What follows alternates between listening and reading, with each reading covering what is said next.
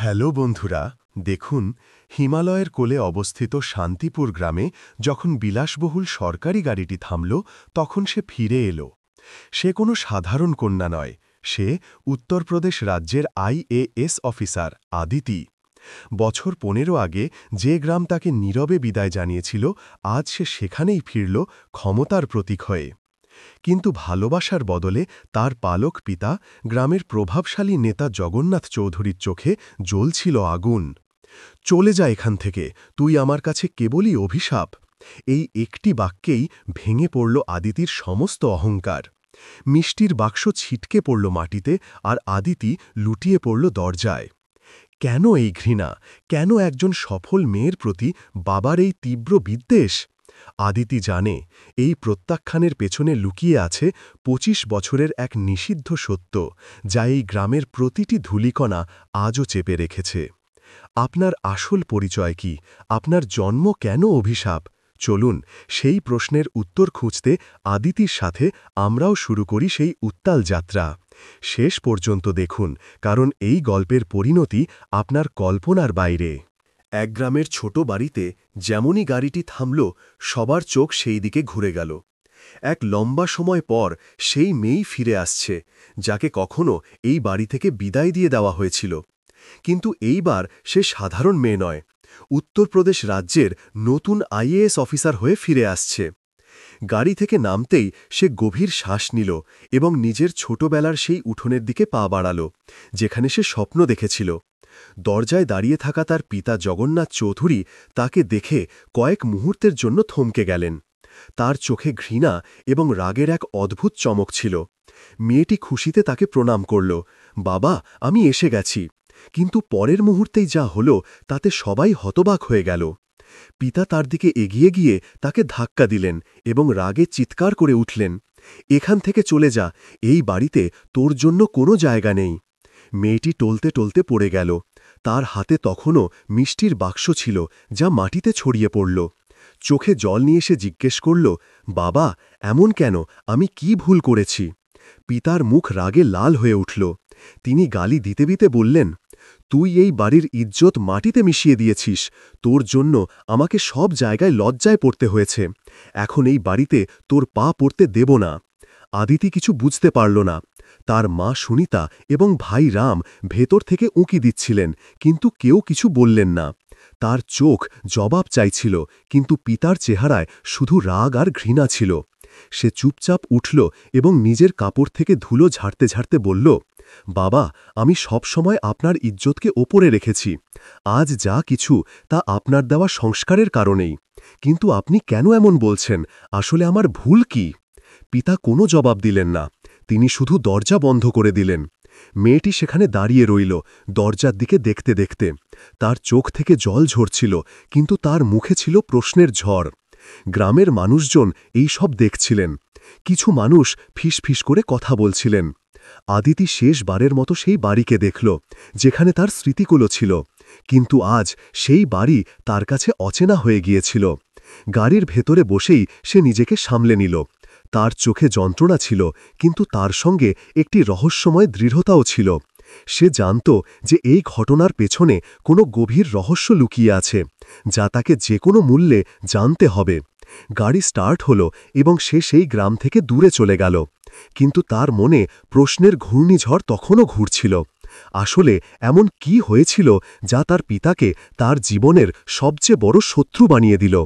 গাড়ি শহরের দিকে দৌড়াচ্ছিল, কিন্তু আদিতির মনে ঝড় চলছিল। পিতার সেই রাগ, সেই ঘৃণাভরা চোখ এবং কোনো কারণ ছাড়াই তাকে বাড়ি থেকে বের করে দেওয়া, এই সব কিছু তাকে অস্থির করে তুলছিল। সে বারবার ভাবছিল, আসলে কি হল যা বাবা আমাকে নিজের শত্রু ভাবলেন? শহরে পৌঁছানোর সঙ্গে সঙ্গেই সে তার ছোটবেলার সবচেয়ে প্রিয় বান্ধবী মমতাকে ফোন করল। মমতা ছোটবেলা থেকে তার সব রহস্য জানত। মমতা, আমার তোর সঙ্গে দেখা করতে হবে, এখনই। মমতা তার কণ্ঠস্বরে লুকানো যন্ত্রণা বুঝতে পারল এবং সঙ্গে সঙ্গে দেখা করার জন্য রাজি হল। ক্যাফেতে দেখা হতেই মমতা তার চোখের দিকে তাকিয়ে জিজ্ঞেস করল, কি হয়েছে? তুই এত পেরেশান কেন? আদিতি পুরো ঘটনাটি মমতাকে জানাল। মমতা চুপচাপ শুনল, তারপর গভীর শ্বাস নিয়ে বলল, কিছু তো আছে যা তোর বাবা লুকোচ্ছেন। এই রাগ এমনি এমনি হতে পারে না। কিন্তু কি? আদিতি দ্বিধাভরা কণ্ঠে বলল। মমতা কিছু সময় ভাবল এবং তারপর বলল, তোর কি মনে আছে তোর মা প্রায়ই বলতেন যে এই বাড়ির কিছু রহস্য আছে যা তোর কখনো জানা উচিত নয়? আদিতির মুখ সাদা হয়ে গেল। তার মায়ের সেই কথাগুলো মনে পড়ে গেল, যা ছোটবেলায় সে হাসিতে উড়িয়ে দিত। প্রত্যেক বাড়ির দেওয়ালের পেছনে কিছু কথা লুকিয়ে থাকে, যা জানার চেষ্টা করিস না। আমাকে গ্রামে ফিরে যেতে হবে মমতা। তুই পাগল নাকি? তোর বাবা তোকে আবার দেখলে? আমি তার সামনে যাব না, কিন্তু আমাকে সত্য জানতে হবে। পরের দিন রাতে আদিতি চুপচাপ গ্রাম যাওয়ার সিদ্ধান্ত নিল। পরের দিন সকালে সে তার পুরনো স্কুলের শিক্ষিতা সুধা দেবীর সঙ্গে দেখা করতে গেল। সুধা দেবী তাকে সব সময় নিজের মেয়ের মতো মনে করতেন। সুধা ম্যাম, বাবা কেন আমাকে বাড়ি থেকে বের করে দিলেন আপনি কি জানেন? সুধা দেবীর মুখ হঠাৎ গম্ভীর হয়ে গেল। তিনি চোখ নামিয়ে নিলেন। কিছু উত্তর জানার থেকে না জানা ভালো। আমি এখন বাচ্চা নই, আমাকে সত্যিটা জানতে হবে। সুধা দেবী গভীর শ্বাস নিলেন এবং বললেন, তোমার বাবা, তিনি তোমার সাফল্য দেখে খুশি নন। কিন্তু কেন? আদিতি অবাক হয়ে জিজ্ঞেস করল। কারণ তোমার সাফল্য তাকে তার অতীতের কথা মনে করিয়ে দেয়। অতীত? কোন অতীত? সুধা দেবী কিছু বলতে যাবেন এমন সময় হঠাৎ দরজায় কেউ কড়া ঘাড়ল। ম্যাম, কেউ এসেছে? আদিতি জিজ্ঞাসা করল। সুধা দেবী ঘাবড়ে গিয়ে দরজা খুললেন। বাইরে গ্রামের সেই বৃদ্ধ প্রহরী বিশ্বনাথ দাঁড়িয়েছিলেন, যিনি আদিতিকে ছোটবেলায় গল্প শোনাতেন। সুধা দেবী, ওকে বলবেন না, এই সত্যি জানলে সব শেষ হয়ে যাবে। তিনি ধীরে ধীরে বললেন। আদিতির অস্থিরতা আরও বাড়ল। সে প্রহরীর হাত ধরল। আপনি কি জানেন? আমাকে সত্যি বলুন। প্রহরী কাঁপতে কাঁপতে বললেন, তোমার বাবার অতীতে এমন একটি ঘটনা হয়েছিল যা তার জীবন বদলে দিয়েছে, আর এখন তোমার সাফল্য সেই ঘটনার ছায়া হয়ে তার সামনে দাঁড়িয়ে আছে। কোন ঘটনা? আদিতি জোর দিয়ে জিজ্ঞেস করল। প্রহরী কিছু বলার চেষ্টা করলেন, কিন্তু হঠাৎ চুপ হয়ে গেলেন। তিনি সুধা দেবীর দিকে দেখলেন এবং সেখান থেকে চলে গেলেন। আদিতির মনে এখন আরও অনেক প্রশ্ন উঠল। সে জানত যে এই গ্রামের প্রত্যেক মানুষের মুখে তালা দেওয়া আছে, কিন্তু সে এটাও জানত যে সত্য বেশিদিন লুকিয়ে থাকে না। সে সিদ্ধান্ত নিল যে সে তার বাড়ির আশেপাশে অনুসন্ধান করবে। পরের দিন মাঝরাতে সে চুপচাপ নিজের পুরনো বাড়ির উঠোনে পৌঁছাল। সেখানকার দেওয়াল, পুরনো ছবি এবং প্রতিটি কোণ তাকে ডাকছিল। তখনই তার নজর উঠোনের একটি পুরনো সিন্দুকের দিকে পড়ল, যা সবসময় বন্ধ রাখা হতো। সে কাঁপতে থাকা হাতে সেটি খুলল। সিন্দুকে কিছু পুরনো কাগজ, একটি পোড়া ছবি এবং একটি ডায়েরি ছিল। ডায়েরি খুলতেই তার চোখ কপালে উঠল। তাতে লেখা কথাগুলো তার জীবনের সবচেয়ে বড় ধাক্কা ছিল। ডায়েরির পাতা উল্টাতে গিয়ে আদিতির হাত কাঁপছিল। প্রতিটি শব্দ তার শ্বাস থামিয়ে দিচ্ছিল। তাতে লেখা কথাগুলো তার পিতার অতীতের পর্দা উন্মোচন করছিল, যা নিয়ে সে কখনো ভাবেনি। প্রথম পাতা পড়েই সে অনুভব করল যে এটি তার বাবার ডায়েরি। ২৫ বছর আগেকার সেই দিন, যখন আমি আমার জীবনের সবচেয়ে বড় ভুল করেছিলাম, তা আজও আমার হৃদয় ও মনে গেঁথে আছে। আদিতি দ্বিধাভরা দৃষ্টিতে পরের পাতা উল্টাল। আমি যা করেছিলাম তা ছিল আমার বাধ্যবাধকতা। আমাকে আমার সম্মান বাঁচাতে হয়েছিল, কিন্তু সেই সিদ্ধান্ত না জানি কত মানুষের জীবন নষ্ট করেছে। পড়তে পড়তে আদিতির চোখে জল এলো। তার পিতার শব্দে যন্ত্রণা আর অনুশোচনা দেখা যাচ্ছিল, কিন্তু তখনও পুরো বিষয়টা স্পষ্ট হচ্ছিল না। ডায়েরির মাঝখানে একটি পোড়া পাতা ছিল। তার অর্ধেক শব্দ স্পষ্ট দেখা যাচ্ছিল। সেই মেয়ের চিৎকার আজও আমার কানে বাজে। আমি তাকে আটকাতে পারিনি, আমি তাকে সাহায্য করিনি। যদি আমি কিছু করতাম, তবে আজ সব অন্য রকম হতো। আদিতির মাথা সোজোরে ঘুরে গেল। কোন মেয়ে? বাবা কার কথা বলছেন? ডায়েরির সঙ্গে রাখা পোড়া ছবিটিকে সে মনোযোগ দিয়ে দেখল। ছবিতে একজন মহিলা এবং একটি ছোট মেয়ে ছিল। মহিলার মুখ পুড়ে গিয়েছিল, কিন্তু মেয়েটির মুখ স্পষ্ট দেখা যাচ্ছিল। মেয়েটির মুখ তার কাছে অদ্ভুতভাবে পরিচিত মনে হল। এই মেয়েটিকে আর এই মহিলা, এ কি আমার মা? সে ডায়েরির পরের পাতা উল্টাল। আমি যা করেছি তা আমার মেয়ের জন্য করেছি, কিন্তু এখন সেই মেয়েই আমার সবচেয়ে বড় শত্রু হয়ে উঠেছে। তার সাফল্য প্রতিদিন আমাকে আমার ব্যর্থতার অনুভূতি করায়। আদিতির হাত থেকে ডায়েরিটি পড়ে গেল। তার মনে প্রশ্নের ব্লেড উঠছিল। আমি কি অন্য কারো মেয়ে? আমার পিতা কি আমার থেকে কিছু লুকিয়েছেন? তখনই পেছন থেকে কারো পায়ের শব্দ শোনা গেল। সে চমকে ফিরে তাকাল। দরজায় তার মা সুনিতা দাঁড়িয়েছিলেন। তার চোখে জল ছিল এবং মুখে এক অদ্ভুত অস্থিরতা। মা, এসব কি? বাবা এমন কি করেছিলেন? আর এই ছবি, এতে তুমি আছো, তাই না? তার মা কিছু সময় চুপ রইলেন, তারপর ধীর স্বরে বললেন, তুই এখানে কেন এলি? তোর এসব জানা উচিত ছিল না। কিন্তু কেন মা? আমাকে সত্যিটা জানতে হবে। বাবা কেন আমাকে ছুঁড়ে ফেলে দিলেন? আমার ভুল কি? মা নিজের চোখ মুছতে মুছতে বললেন, তোর বাবার অতীতে এমন একটি ঘটনা হয়েছিল যা তাকে ভেঙে দিয়েছে। তিনি সেই দিন এমন একটি সিদ্ধান্ত নিয়েছিলেন যা আমাদের জীবন বদলে দিয়েছে। কোন ঘটনা মা? আমাকে সব বলো। মা নিজের কাঁপানো কণ্ঠে বলতে শুরু করলেন, এই বাড়ি, এই গ্রাম, এই সব একটা মিথ্যার ওপর দাঁড়িয়ে আছে। তোর বাবা যা করেছিলেন তা তার জন্য বাধ্যবাধকতা ছিল, কিন্তু সেই দিন একজনের জীবন নষ্ট হয়েছিল, আর এখন তোর সাফল্য তাকে প্রতিদিন সেই ঘটনার কথা মনে করিয়ে দেয়। মা, কার জীবন নষ্ট হয়েছিল? আর এই মেয়েটিকে? আদিতি ছবিটি দেখতে দেখতে জিজ্ঞেস করল। মা ছবিটির দিকে দেখতে দেখতে জলে ভেজা স্বরে বললেন, এ তুই? আর সেই মহিলা?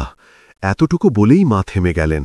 তার ঠোঁট কাঁপছিল, কিন্তু শব্দ বের হচ্ছিল না। তখনই পেছন থেকে একটি ভারী কণ্ঠস্বর শোনা গেল, এখানে কি হচ্ছে? আদিতি ঘুরে তাকাল। তার পিতা জগন্নাথ চৌধুরী দরজায় দাঁড়িয়েছিলেন। তার চোখে রাগ এবং ভয়ের অদ্ভুত মিশ্রণ ছিল। তুই এখানে কেন এলি? আমি বলেছিলাম এই বাড়ি থেকে দূরে থাকবি। তিনি চিৎকার করে উঠলেন। আদিতি সব সাহস জুগিয়ে বলল, বাবা, আমাকে সত্যিটা বলুন। এই ডায়েরি, এই ছবি, এসব কি? আপনি আমার কাছ থেকে কি লুকিয়েছেন? পিতার চোখ লাল হয়ে গেল। তিনি ডায়েরিটি দেখলেন এবং চুপচাপ মাটিতে বসে পড়লেন। তার চোখ থেকে জল ঝরতে লাগল। আমি যা করেছি তা তোর ভালোর জন্য করেছি, কিন্তু এখন আমি তোর চোখের দিকে তাকাতে পারছি না। আপনি কি করেছেন বাবা? আদিতি চিৎকার করে জিজ্ঞেস করল। পিতা কাঁপতে কাঁপতে বললেন, সত্যিটা জানার পর তুই আমাকে কখনো ক্ষমা করবি না। পিতার চোখে জল ছিল এবং মুখে অনুশোচনার ছাপ। তিনি কাঁপতে কাঁপতে বললেন, তুই এই সত্যি জানার পর আমাকে ঘৃণা করবি, কিন্তু এখন লুকিয়ে আর লাভ নেই। আদিতি গভীর শ্বাস নিয়ে বলল, বাবা, আমি আপনার মেয়ে। আপনি যদি আমাকে সত্যি না বলেন তবে কে বলবে? প্লিজ আমাকে বলুন। পিতা নিজের চোখ নামিয়ে নিলেন। তার কণ্ঠস্বর ধীর এবং ভাঙা ছিল। তোর জন্ম হওয়ার আগের কথা।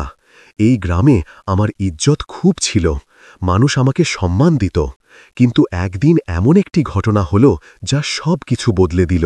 আদিতি অধীরভাবে জিজ্ঞেস করল, কোন ঘটনা বাবা? আপনি কার কথা বলছেন? পিতা গভীর শ্বাস নিয়ে বলতে শুরু করলেন, এ সেই নারীর গল্প যে তোর মা হওয়ার আগে আমার জীবনে এসেছিল। সে এই গ্রামেরই ছিল, কিন্তু তার চিন্তা ও স্বপ্ন এই গ্রাম থেকে বড় ছিল। সে আমার সাহায্য চেয়েছিল, কিন্তু আমি তাকে সাহায্য করার বদলে তার বিশ্বাস ভেঙে দিয়েছিলাম। আদিতি স্তব্ধ হয়ে গেল। আপনি কি করলেন বাবা? পিতা কাঁপতে কাঁপতে বললেন, সে আমার কাছে ইনসাফের আশা করেছিল, কিন্তু আমি নিজের ইজ্জত বাঁচানোর জন্য তাকে সবার সামনে একা ছেড়ে দিলাম। গ্রামবাসী তাকে দোষী সাব্যস্ত করল এবং আমি চুপ করে রইলাম। সেই গ্রাম থেকে চলে গেল, কিন্তু তার চিৎকার আজও আমার কানে বাজে। আদিতির মুখ সাদা হয়ে গেল। এই সব আমার কাছ থেকে কেন লুকানো হয়েছিল? আর আমার মা, তিনি এ ব্যাপারে কখনো কিছু কেন বলেননি? পিতা ভারী স্বরে বললেন, তোর মা সব কিছু জেনে শুনেও আমাকে ক্ষমা করে দিয়েছিলেন। তিনি এই রহস্য তোর থেকে লুকানোর প্রতিশ্রুতি দিয়েছিলেন, কারণ তিনি চাইতেন না যে তোর ভবিষ্যৎ এই অতীতের ছায়ায় ডুবে যাক। কিন্তু এখন যখন তুই আইএএস অফিসার হচ্ছিস, তোর সাফল্য আমাকে প্রতিদিন সেই ঘটনার কথা মনে করিয়ে দেয়। আমার মনে হয় তোর জীবনে সেই নারী আবার ফিরে এসেছে, যাকে আমি কখনো একা ছেড়ে দিয়েছিলাম। আদিতির মনে প্রশ্নের ঝড় ছিল। সে রাগ এবং যন্ত্রণায় জিজ্ঞেস করল, কিন্তু এই সবের সঙ্গে আমার কি সম্পর্ক? আর এই ছবি, এতে যে মেয়েটি আছে সে আমি, এর মানে কি? পিতা ছবিটির দিকে দেখলেন। তার চোখ থেকে জল ঝরতে লাগল।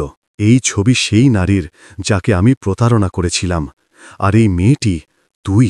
আদিতির শ্বাস আটকে গেল। আপনি কি বলতে চাইছেন বাবা? পিতা কাঁপতে কাঁপতে বললেন, তুই তারই মেয়ে। তোর মা সুনিতা তোকে দত্তক নিয়েছিলেন যাতে তুই এই দুনিয়াতে নিজের পরিচয় গড়তে পারিস, কিন্তু তোকে দেখে আমি প্রতিদিন সেই নারীর স্মৃতির আগুনে জ্বলতে থাকতাম। আদিতির চোখ থেকে জল ঝরতে লাগল। তার দুনিয়া যেন এক মুহূর্তের জন্য ভেঙে গেল। সে কাঁপতে কাঁপতে জিজ্ঞেস করল, তাহলে আপনি আমার আসল পিতা নন? পিতা ধীর স্বরে বললেন, আমি তোকে সব সময় নিজের মেয়ে মনে করেছি, কিন্তু সত্যিটা হল আমি তোর আসল পিতা নই। আমি জানিও না কে সে। সেই নারী তোকে একা ছেড়ে চলে গিয়েছিল এবং আমি তোকে নিজের দায়িত্ব মনে করে পালন করেছি, কিন্তু এখন আমি তোর চোখের দিকে তাকাতে পারছি না। আদিতি ছবিটি শক্ত করে ধরল। তার চোখে ছিল রাগ, যন্ত্রণা এবং প্রশ্নের ঘূর্ণিঝড়। সে বলল, আমার আর কিছু চাই না, আমাকে শুধু সেই নারী সম্পর্কে সব কিছু জানতে হবে। পিতা চুপচাপ মাথা নিচু করলেন। সে এখন এই দুনিয়াতে নেই, কিন্তু তার স্মৃতি এই গ্রামের প্রতিটি কোণে জড়ানো আছে। যদি তোকে সত্যি জানতে হয়, তবে তোকে সেই মানুষগুলোর কাছ থেকে জিজ্ঞেস করতে হবে যারা তাকে জ্যান্ত পুড়তে দেখেছিল। আদিতির বুক জোরে ধরধর করে উঠল। জ্যান্ত পুড়তে? আপনি কি বলছেন বাবা? পিতা কোনো জবাব দিলেন না। তিনি চুপচাপ উঠলেন এবং ঘরের ভেতরে চলে গেলেন। আদিতি সেখানেই দাঁড়িয়ে রইল, ডায়েরি হাতে ধরে। তার মনে এখন শুধু একটিই প্রশ্ন ছিল, সেই নারীর সাথে কি হয়েছিল, আর আমি কে? আদিতি সারা রাত জেগে রইল। ছবি এবং ডায়েরি তার সামনে রাখা ছিল, আর তার পিতার শব্দ বারবার তার কানে বাজছিল। তুই সেই নারীরই মেয়ে। তোর মা তোকে দত্তক নিয়েছিলেন যাতে তুই এই দুনিয়াতে নিজের পরিচয় গড়তে পারিস। সকাল হতেই সে গ্রামের পুরনো প্রহরী বিশ্বনাথের সঙ্গে দেখা করার সিদ্ধান্ত নিল, যে এই রহস্য সম্পর্কে জানত। প্রহরী সবসময় তাকে সাহায্য করেছিল এবং সে জানত যে সে কিছু লুকিয়েছিল। প্রহরীর বাড়ি পৌঁছানোর পর সে সরাসরি জিজ্ঞেস করল, সত্যিটা বলুন, সেই নারীর সাথে কি হয়েছিল, আর আমি কে? প্রহরী প্রথমে এড়িয়ে যাওয়ার চেষ্টা করলেন, কিন্তু আদিতির দৃঢ় সংকল্প এবং চোখের জল তাকে সবকিছু বলতে বাধ্য করল। আদিতি, সেই নারী তোর আসল মা ছিলেন। তার নাম ছিল মমতা। সে এই গ্রামের সবচেয়ে সাহসী এবং পড়ালেখা জানা মহিলা ছিল, কিন্তু তার চিন্তা ও স্বপ্ন এই গ্রামের পুরুষদের কাছে চ্যালেঞ্জ ছিল। আদিতি অবাক হয়ে জিজ্ঞেস করল, তারপর কি হল? প্রহরী গভীর শ্বাস নিলেন।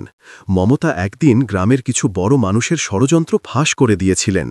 তিনি চেয়েছিলেন যে গ্রামে নারীরা সমান অধিকার পাক, কিন্তু গ্রামবাসী তাকে ভুল প্রমাণ করল। তোর পিতা অর্থাৎ জগন্নাথজি সেই সময় গ্রামের মোড়ল ছিলেন। মমতা তার বিরুদ্ধে দাঁড়িয়ে অন্যায়ের প্রতিবাদ করেছিলেন। আদিতির চোখে অস্থিরতা ছিল। প্রহরী বললেন, গ্রামবাসীরা মমতাকে ডাইনি সাব্যস্ত করে মেরে ফেলেছিল, কিন্তু মরার আগে তিনি তোকে জন্ম দিয়েছিলেন। জগন্নাথজি হয়তো নিজের অপরাধ বোধে তোকে দত্তক নিয়েছিলেন।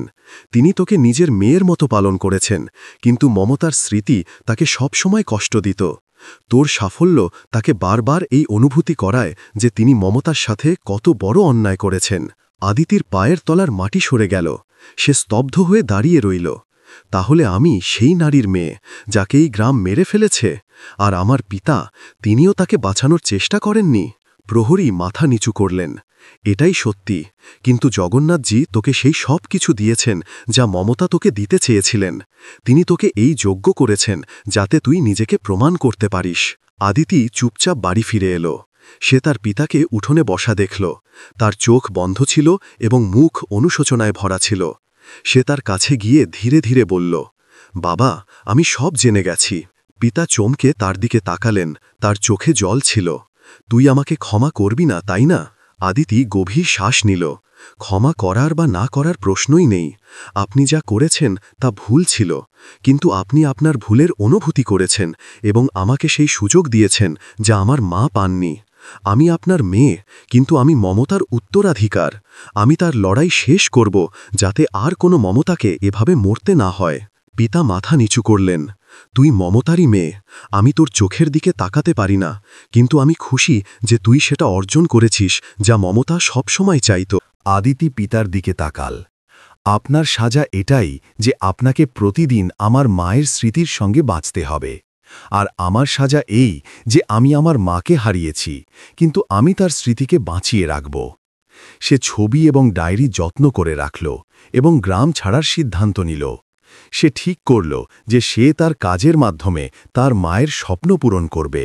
সে জানত যে তার পিতার অপরাধ ক্ষমা করা যায় না, কিন্তু তার ভুল তাকে নিজের পরিচয় গড়ার সুযোগ দিয়েছে। আদিতি নিজের মা মমতার স্মৃতিকে বাঁচিয়ে রেখে গ্রাম থেকে বিদায় নিল।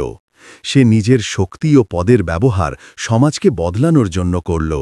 তার পিতা জগন্নাথ চৌধুরী নিজের জীবনের বাকি দিনগুলো অনুশোচনা ও একাকিত্বে কাটালেন। মমতার গল্প এখন শুধু একটি বেদনাদায়ক অতীত নয়, বরং একটি অনুপ্রেরণা হয়ে উঠল। দর্শকবৃন্দ, আজ এই গল্প আপনাদের কেমন লাগল কমেন্টে অবশ্যই জানাবেন এবং আমাদের চ্যানেলটি অবশ্যই সাবস্ক্রাইব করবেন। দর্শকবৃন্দ, দেখা হচ্ছে পরের ভিডিওতে। ততক্ষণ পর্যন্ত আপনাদের সব দর্শককে জানাই আন্তরিক ধন্যবাদ।